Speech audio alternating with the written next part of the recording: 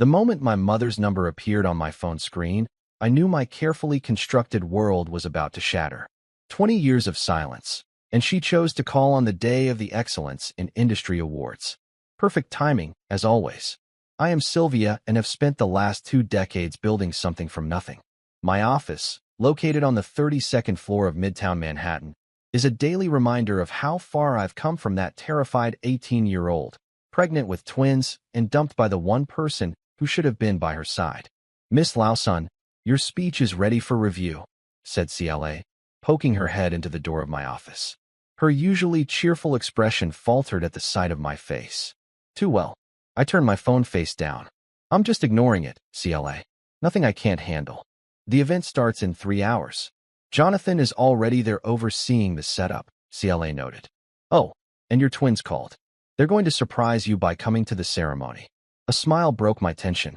I did not expect that. My unexpected blessings, now freshmen in college, weren't supposed to come tonight. Some excuse about midterms. Those little. Still, my phone vibrated again. Same number. Answer it, CLA said. I'll hold your calls for the next 15 minutes. After she left, I stared at the phone until it stopped vibrating. 3 missed calls. Then a text. We need to talk. I'm in the lobby. My hand started to shake. The lobby? She was here. I grabbed my jacket and headed for the elevator, my heels clicking against the marble floors with military precision. The security guard nodded as I walked past, but I barely noticed, my mind racing through the possibilities. Why now? What could she possibly want? The lobby was packed with the usual afternoon crowd, but I saw her right away. Rosalind. I refused to call her mom. She looked exactly like I remembered, only with more expensive clothes and grayer hair. She was studying the building directory with that familiar entitled expression. What are you doing here? My voice came out firmer than I felt. She turned, a practiced smile spreading across her face. Sylvia, darling, look at you. So successful. She moved to hug me, but I regressed 20 years. Rosalind, 20 years of nothing, and now you show up unannounced. Can't a mother be proud of her daughter? She looked around the hall. Perhaps we could discuss this in a more private place? Your office, maybe. There's nothing to discuss. I have an important event tonight. Yes, the Excellence in Industry Awards. I read about that, she said, her smile turning calculating. That's quite an accomplishment. Your company has grown from nothing. It's impressive. A shiver ran down my spine. She'd been watching me. What do you want? Can't this wait until we're in a private place? No. Say what you came to say. She sighed dramatically. Well, I've had some financial setbacks recently, and I thought, given your success, you might want to help the family. I laughed. Family? You lost the right to call yourself that when you abandoned your teenage daughter, pregnant. I raised you for 18 years. I think that entitles me to some consideration. Besides, she said, hardening her voice, I have documentation of my investments in your early years. It would be a shame if questions arose about the origins of your company's initial capital. My stomach turned. She was threatening me. Just today. I seethed, maintaining eye contact with her. Please escort this woman out, I said to security. You can't avoid this conversation forever, Sylvia, she called as 2 guards approached. I'm staying at the Marriott. You have until tomorrow to reconsider. I watched them take her away, my perfectly planned day now in ruins. My phone vibrated again. A text message. I just landed. Can't wait to surprise you tonight. The irony was not lost on me. A daughter eager to celebrate my success, while my mother arrived to extort me. I armed myself for battle. Back in my office, CLA was waiting, worry etched on her face. So? Bad, she asked. Worse. I replied, sinking into my chair. She wants money, and she's not above blackmail to get it. Should we call Jonathan? Postpone the ceremony? I thought of my twins flying out to surprise me. The years I'd spent building this company. The sleepless nights. The sacrifices. And the girl who once desperately wanted her mother's approval. No, I said, straightening my back. She's not going to screw this up too. But CLA, first thing tomorrow, call our lawyers. If Rosalind wants a fight, she's going to learn how strong her daughter has become. The Excellence in Industry Awards ceremony should have been my moment of triumph. Instead, I kept scanning the crowd, half expecting Rosalind to materialize and create a scene. The twins noticed my distraction immediately. Mom, you're doing that thing with your necklace again, Cora whispered. reaching out to still my fidgeting hands. We were sitting at the head table, waiting for the keynote speaker to finish. "I'm sorry, honey. I'm just nervous about the speech." The lie felt bitter on my tongue. I had promised myself I would never lie to my children. Ian leaned in from my other side. "Lying. Something's wrong. You've given dozens of speeches." His dark eyes, so much like mine, narrowed. "What are you not telling us?" Before I could respond, Jonathan appeared behind us. "Sylvia, we need to take care of a situation in the lobby." My stomach dropped. "She's here, right?" "Who's here?" Ian demanded. "Your grandmother," Jonathan replied, his usual diplomatic tone stealing them. They listened. They never did when it mattered. Ian and Cora followed me and Jonathan to the hotel lobby, where Rosalind was arguing with event security. "I have every right to watch my daughter receive her award," she was saying loudly, ensuring several guests could hear. She was making a scene. "Ma'am, let us handle this," whispered Cora. But I shook my head. "Rosalind," I called, keeping my voice even. "This is inappropriate." She turned, that familiar manipulative smile spreading across her face. "Honey, I couldn't miss your big night." Her eyes landed on the twins. "And these must be my grandchildren. How old they both look." They exchanged glances. Ian took a step forward, placing himself slightly in front of me. "We are nothing to you. You lost that right 20 years ago." Rosalind put a hand to her chest, playing for the growing audience. "I've made mistakes, yes, but I'm here to make them right. To be a part of this family again." Cora's laugh was cold. "You walked out on our mother when she was pregnant with twins at 18. There were circumstances you don't understand." "Oh, we understand perfectly." She interrupted. "Yen, Mom told us everything. You kicked her out because her pregnancy would embarrass you in front of your new husband's fancy friends. You changed your number, you moved away, you pretended like she didn't exist." Rosalind's facade cracked slightly. "That's not quite it." "And now," Cora continued, "now that she's successful, you show up wanting what? Money? Recognition? A relationship?" I raised her. I didn't interrupt her, finding my voice. "You didn't raise me. You controlled me. You manipulated me. And when I needed you the most, you abandoned me. The only thing you taught me was how not to be a mother." The hallway had fallen silent. Rosalind looked around, realizing her audience was not understanding. "I have rights. If I cut her off, dropping the act. "I invested in your future, paid for your education. Until I got pregnant. Then you dismissed me as a lost cause." I reminded her.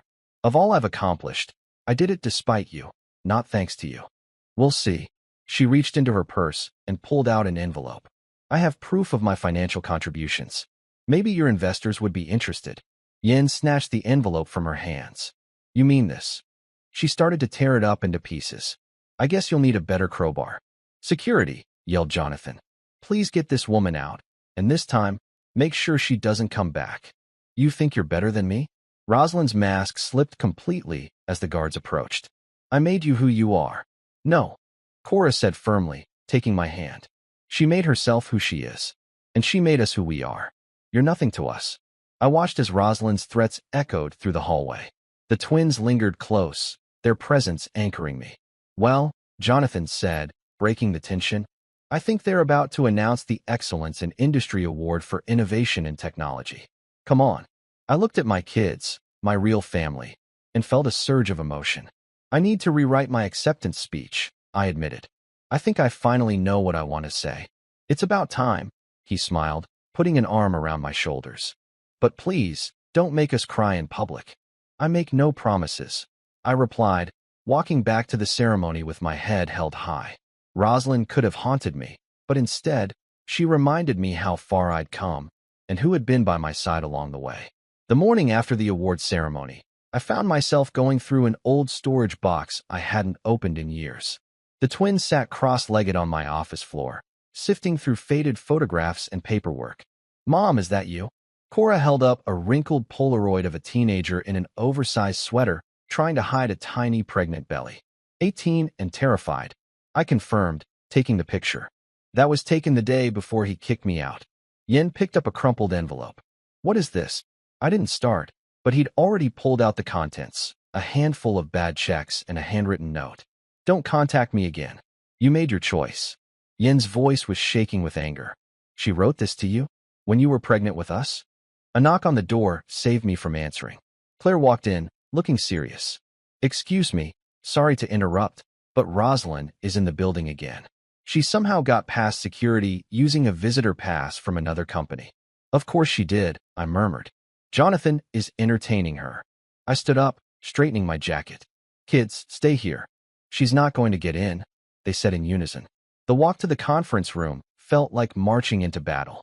Through the glass walls, I could see Rosalind sitting there, examining her manicure while Jonathan kept a safe distance. I'll take care of this, I said, opening the door. Rosalind's eyes went to the twins. Family reunion. How appropriate. What do you want? I stood with the twins by my side. To remind you of something you seem to have forgotten.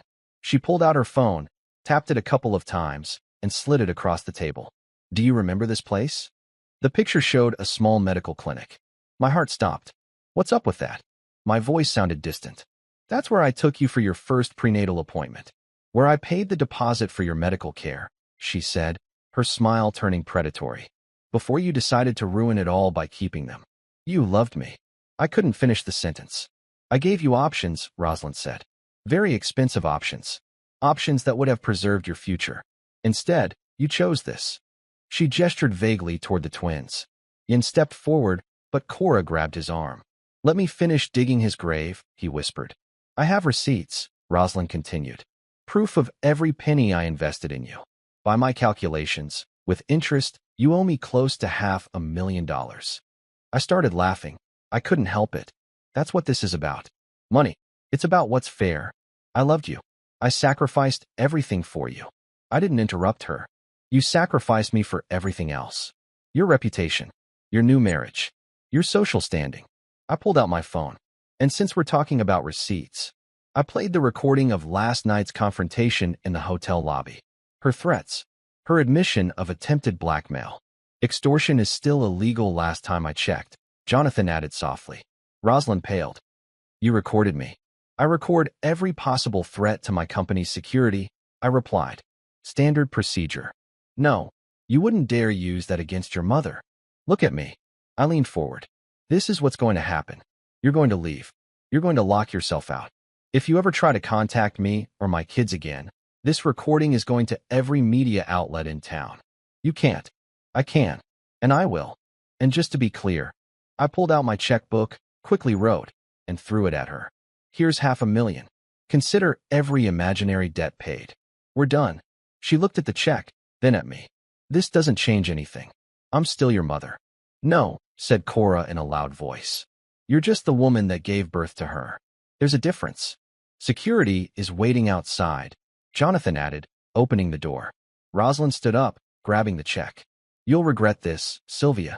The truth about your success, about where you came from, is right here. I interrupted her, wrapping my arms around my twins. Everything I am, everything I've built, came from choosing them, from proving you wrong. So thank you, Rosalind. Thank you for showing me exactly the kind of mother I never wanted to be. After she was gone, the twins hugged me tight. That was great, Mom, whispered Cora. Yes, Yin nodded. But why didn't you use this advantage sooner? I looked at the file in my hands, 20 years of insurance against this very moment. Because sometimes, the best revenge is waiting for your enemy to destroy themselves. We have a problem, Jonathan announced, storming into my office 3 days later. He left a stack of papers on my desk. Your mother has been busy. I flipped through the documents, my stomach tightening. She's meeting with Marcus Reynolds, our biggest competitor. It isn't just a meeting. Look at the last page. The final document showed a series of email exchanges. My hand began to shake as I read them. She claims that she provided the seed money for my company. That's impossible. I stood up so fast my chair rolled against the wall. She's fabricated a pretty convincing paper trail, he said grimly. Reynolds is considering using this information for a hostile takeover attempt. Claire appeared in the doorway. Sylvia, the twins are here, and you need to see this. Yin and Cora ran in, Yin grabbing his laptop. Mom has gone public. He turned the screen towards me, displaying a business news website. The headline made my blood boil. Tech CEO success story. Mom claims ownership rights to company. That's not even the worst part, Cora added, scrolling down. He's giving interviews about how he sacrificed everything to support your startup career. He's trying to force your hand, I said, pacing back and forth. Make me pay him to shut up. Actually, said a familiar voice from the door. I'm trying to get back what's mine. He was standing there, looking impeccable in an expensive suit. Behind her, Marcus Reynolds was grinning like a shark that had just detected blood in the water. This is private property. Jonathan stepped forward. Not for long, Reynolds replied softly. Once these ownership documents are verified. They're forgeries, I snapped. Rosalind pulled out a yellowed envelope. Do you remember this, honey? The college fund I set up for you. The one you emptied to start your precious company. My heart stopped. The college fund.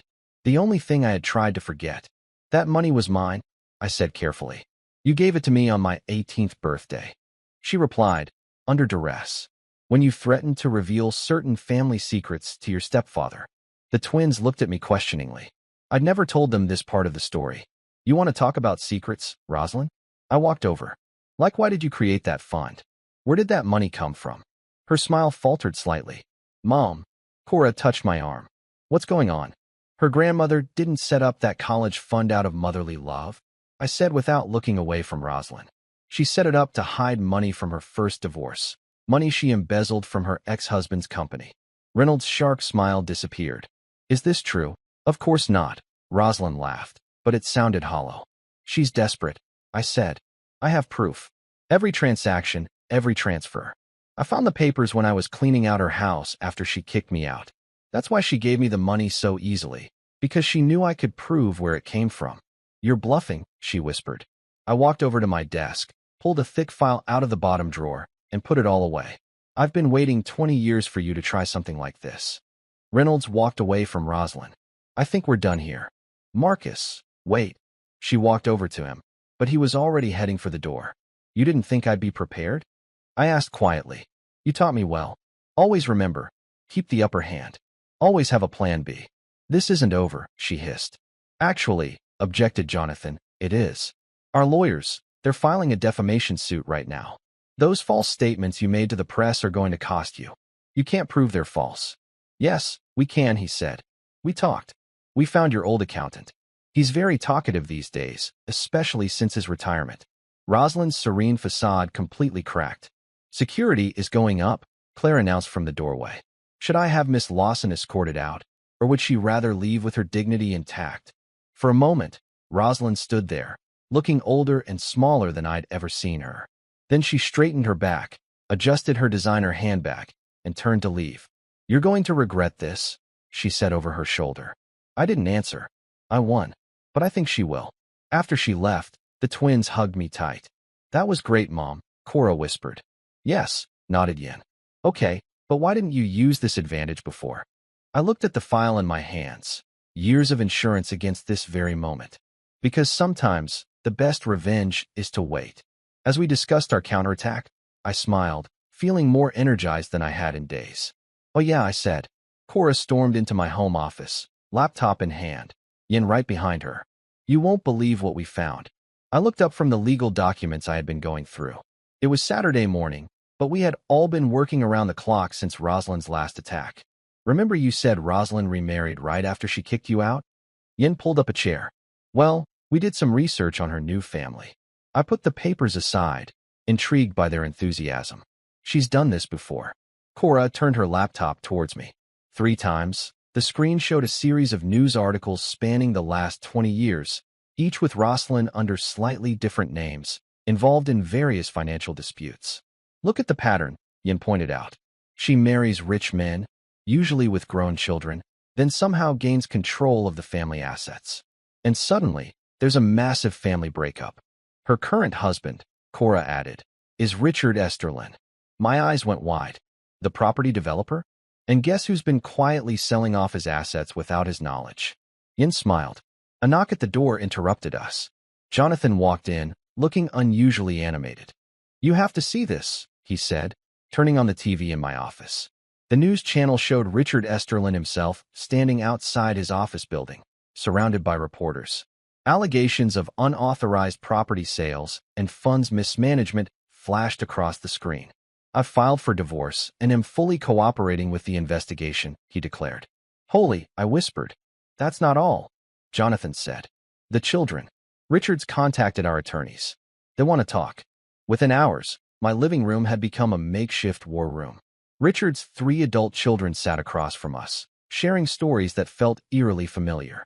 He isolated our father, explained Sarah, the oldest. Convinced him we were after his money.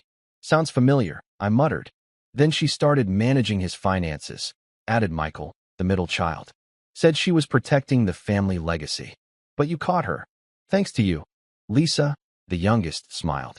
As soon as we saw the news about her claims against his company, we started digging and found the pattern you exposed. We are building a class action lawsuit. Other families have come forward, Sarah said. Would you be willing to testify? Before I could answer, my phone vibrated. A text from Rosalind. We need to talk. One last chance to fix this. She's desperate, Yin said, reading over my shoulder. Okay, Cora said firmly. Let's get this over with, I replied. Marriott. 1 hour. Come alone. The hotel lobby was quiet when I arrived. I had insisted on going alone, even though I knew Jonathan had people watching. Rosalind was sitting in the corner, looking less polished than usual. I guess you've seen the news, I said, sitting across from her. You turned Richard against me, she said bitterly. You ruined everything I built up. How? By stopping you from ruining me. I leaned forward. I gotta know. Some of this, was it real? Did you ever care about anyone besides yourself? Of course I did, she snapped. I gave you everything. You gave me nothing but lessons in manipulation. I cut her off. And now those lessons are coming back to haunt you. What do you want? She asked tiredly. I want you to disappear. Sign a confession admitting your claims about my company were false. Give back everything you stole from Richard. And never contact me or my kids again. She scoffed. Or what? I pulled out my phone and showed her the evidence we had gathered. Or I make sure every law enforcement agency in the country knows about your pattern of fraud. Every media outlet gets your story. Every family you've destroyed gets their justice. She looked at the phone, then at me. You rate me so much. That's the thing, Rosalind. I don't hate you at all. I pity you. You could have had a real family, real relationships. Instead, you chose schemes and manipulation. And now, you're alone. I can't help but change, she whispered. I stood up. You can't. But you can face the consequences of your choices. The papers will be delivered tomorrow. Sign them, or face the consequences. As I walked away, she yelled after me. I loved you, you know. In my way. I turned back one last time. Your way wasn't love, Rosalind. It was control. And now, you've lost both. Outside, the twins were waiting in the car, despite my instructions to stay home. And, they asked in unison. Now we wait, I said, sliding into the back seat. But something tells me she'll sign. And then, Cora asked. I looked at my kids, my real family, and smiled. Then we're back to living our best lives. 'Cause that's the greatest revenge of all. She's not signing, CLA announced, bursting into the conference room where we were going over quarterly reports. And it's worse than we thought. Jonathan pulled up a news website on the projector. My stomach turned as I read the headline. Tech CEO's dark past revealed. Family secrets go nuclear. Yin read over my shoulder. Look at these accusations. The article detailed alleged evidence of tax fraud, claiming I had used illegal means to start my company. Worse still, it included personal attacks about my pregnancy, suggesting I had manipulated and blackmailed my way through those early years. She's trying to destroy everything, I whispered. Mom, Cora touched my arm. There's something else you should see. She pulled up a social media post that Rosalind had made, old photos of me as a teenager, including some from when I was pregnant. The caption read, A mother's sacrifice, the truth about my daughter's rise to power. The comments were brutal. People were already asking for investigations into my company. Your stock is falling, Jonathan said quietly. Investors are getting nervous. My phone rang. Richard Esterlin's daughter, Sarah. I put it on speaker. Turn on channel 7, she said without preamble. CLA grabbed the remote. There was Rosalind, sitting in a studio, tears streaming down her face. As a mother, I just wanted to protect her, she said. But the things she did, the way she manipulated people, I can't keep quiet anymore. That manipulator, I started. Wait, I raised my hand. Look behind her. In the background of the shot, barely visible, was Marcus Reynolds. He was watching the interview with a satisfied smile. They're working together, Cora noticed. Jonathan clenched his jaw. Reynolds is backing her move. Of course, I said, everything falling into place. She wants my company. She wants revenge. Perfect partnership. What do we do? Cora asked. I stood up, smoothing out my blazer.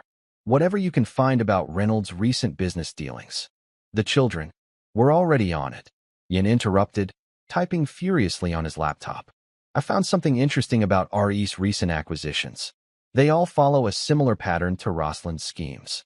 And look at this, Cora added, pulling out another document. The timing of their meetings coincides with several suspicious property transfers. My phone vibrated again. A text from Rosalind. Ready to negotiate? Cora looked worried. What's our play here? I smiled, feeling oddly calm. We give them exactly what they want, a public showdown.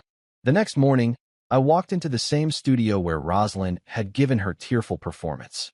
She was already there, along with Reynolds, both looking smug. Honey, Rosalind said sweetly as the makeup artists were getting us ready to go on air. Last chance to fix this. Funny, I replied. I was about to say the same thing.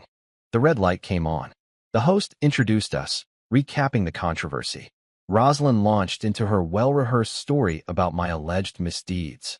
And what do you say to these accusations? The host asked. I pulled out my phone. I say, let's listen to something interesting. I played an audio recording. Reynolds' voice came through. Once we take over his company, you'll get your share. Just stick to the story, Rosalind. What about illegal transfers of property? If they come to light, Reynolds won't trust me. This plan is foolproof. The studio stayed in silence. Reynolds' face turned purple. Rosalind's makeup couldn't hide her sudden pallor. That recording, the host stuttered, is real, I confirmed. As real as the documentation I just sent to the SEC about Mr. Rain's recent business practices, I said calmly. And as real as the evidence of my mother's involvement in multiple fraud schemes in 3 states. You recorded us? Reynolds snapped. I didn't smile. You recorded yourselves. My tech company specializes in cybersecurity, remember? Your phones have been compromised, recording your conversations for weeks. Rosalind stood up, shaking. You can't. Security is waiting outside, I interrupted her, along with some very interested FBI agents. Would you rather go out, or should they come in themselves? The host was frantically motioning to the producer, but I wasn't done. Oh, and Mom, those pictures you posted? Thank you. They showed everyone exactly what I overcame to build my success. Every comment attacking me only proved how strong I had to be. As security led them away, the host turned to me. I would like to make a statement. I looked straight into the camera. Success is not about who gives you opportunities. It's about what you do with the challenges life and family throw at you.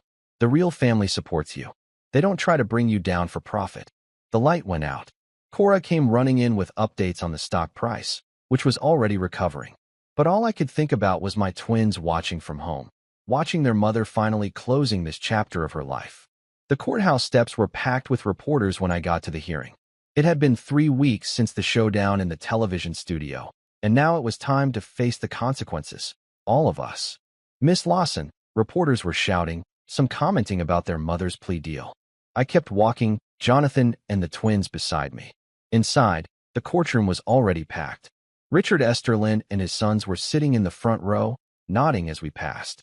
Rosalind and Reynolds were already there, both looking considerably less polished in their prison jumpsuits. All rise, the bailiff yelled. The judge walked in, and the proceedings began. I listened as the prosecutor presented the charges: fraud, racketeering, conspiracy, securities violations. The evidence we had gathered had opened a Pandora's box of crimes spanning decades.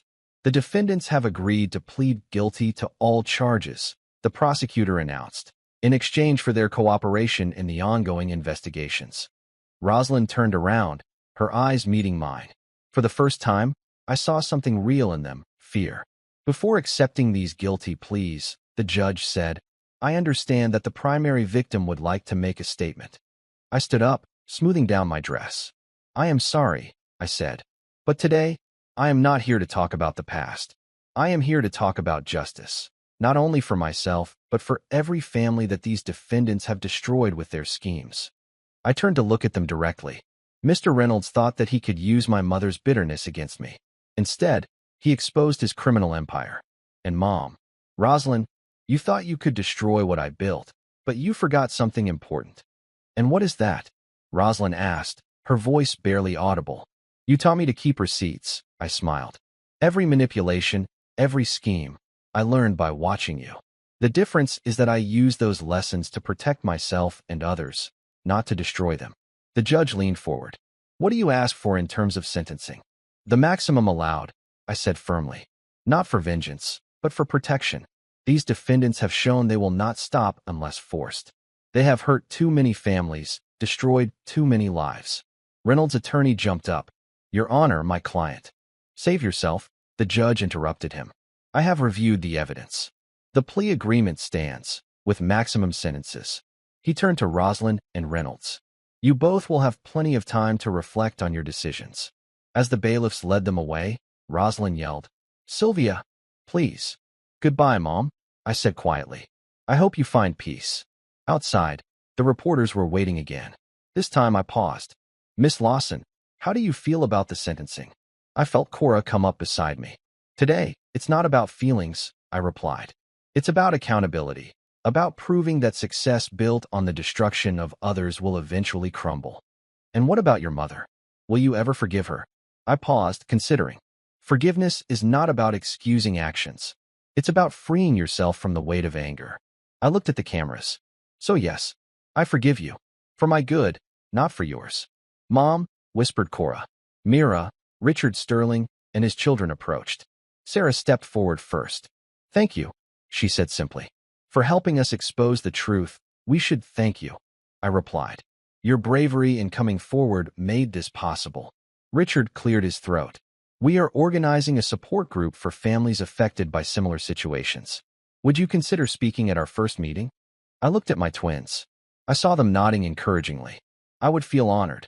Later that night, we sat in my living room, surrounded by empty pizza boxes and case files we no longer needed. Then Jonathan said, raising his glass, what's next for the unstoppable Lawson family? Sleep, Ian groaned, making us laugh.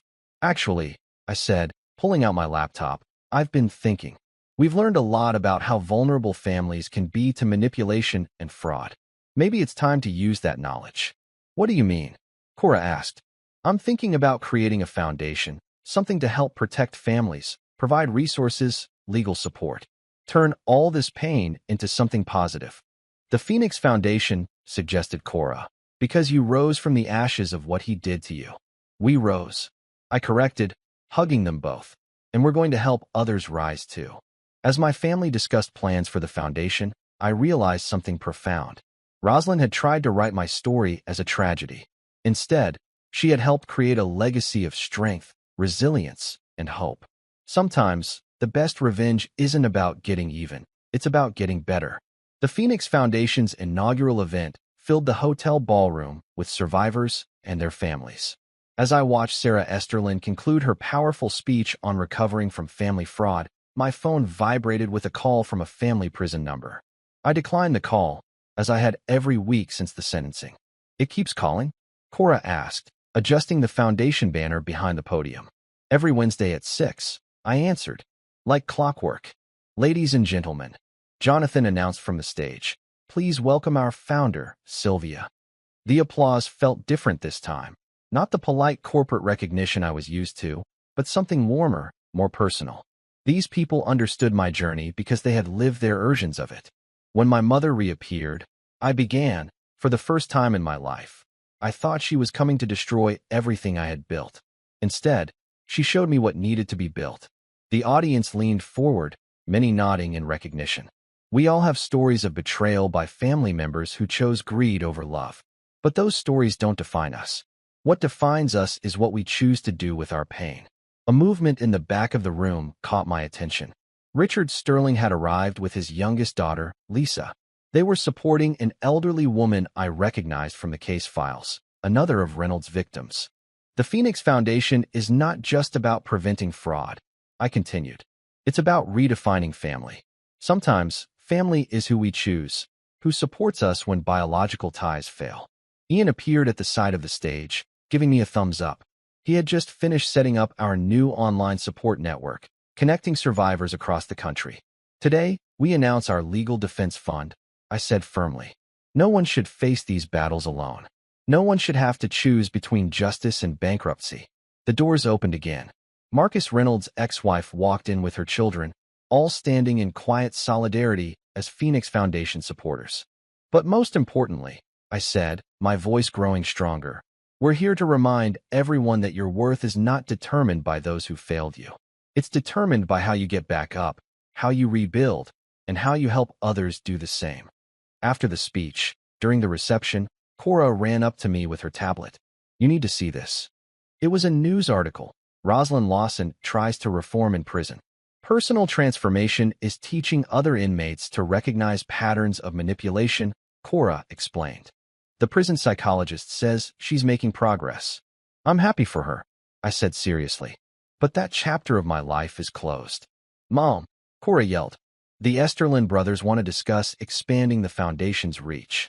The next hour flew by in a whirlwind of conversation, plans, and connections. People shared their stories, their triumphs, their ongoing struggles, each one reinforcing why we had created the foundation. As the event drew to a close, Jonathan joined me at a quiet table in the corner. What a great turnout, he said, slipping me a coffee. But you haven't checked your phone in hours. I took it out, 7 missed calls from the prison. It's persistent, he noted. It always was. I looked at the notification. Maybe that's what made it so dangerous. Then, I deleted the notifications. Now, it's just someone who taught me what not to be. Mom. The twins approached, followed by a group of young adults, all children of fraud victims. We want to start a youth outreach program, Cora said, for helping children spot the warning signs early. Looking at them, my children, who had grown into such compassionate and strong individuals, I felt a surge of pride. You know what the best revenge is? I asked Jonathan. He gestured toward the room full of healing families, toward my twins leading their peer support initiative, toward the wall displaying our foundation's mission statement, transforming pain into power. I think you figured it out, he smiled. The last guests were leaving when Claire brought one last message, a letter from prison. Unlike the others, I opened this one. Sylvia, I saw the announcement of your foundation on television. For the first time, I saw you. I saw you not as one of my ambitions or a target of my resentment, but as the extraordinary woman you've become, despite me. No thanks to me. I don't expect forgiveness. I don't deserve it. But I want you to know that you've succeeded in the one arena I've always failed. You've created something that helps people instead of harming them. Don't answer. Don't come visit. I just want you to know that at least one good thing came out of my failures. They helped make you everything I never could. I folded the letter and put it in my purse, then joined my real family, my children, my friends, the members of my foundation, as they planned the next chapter in our shared story. Not a story of revenge or resentment, but one of resurrection. Rising from the ashes, stronger, wiser, and ready to light the way for others. Because that's what happens with phoenixes. They don't just rise. They soar.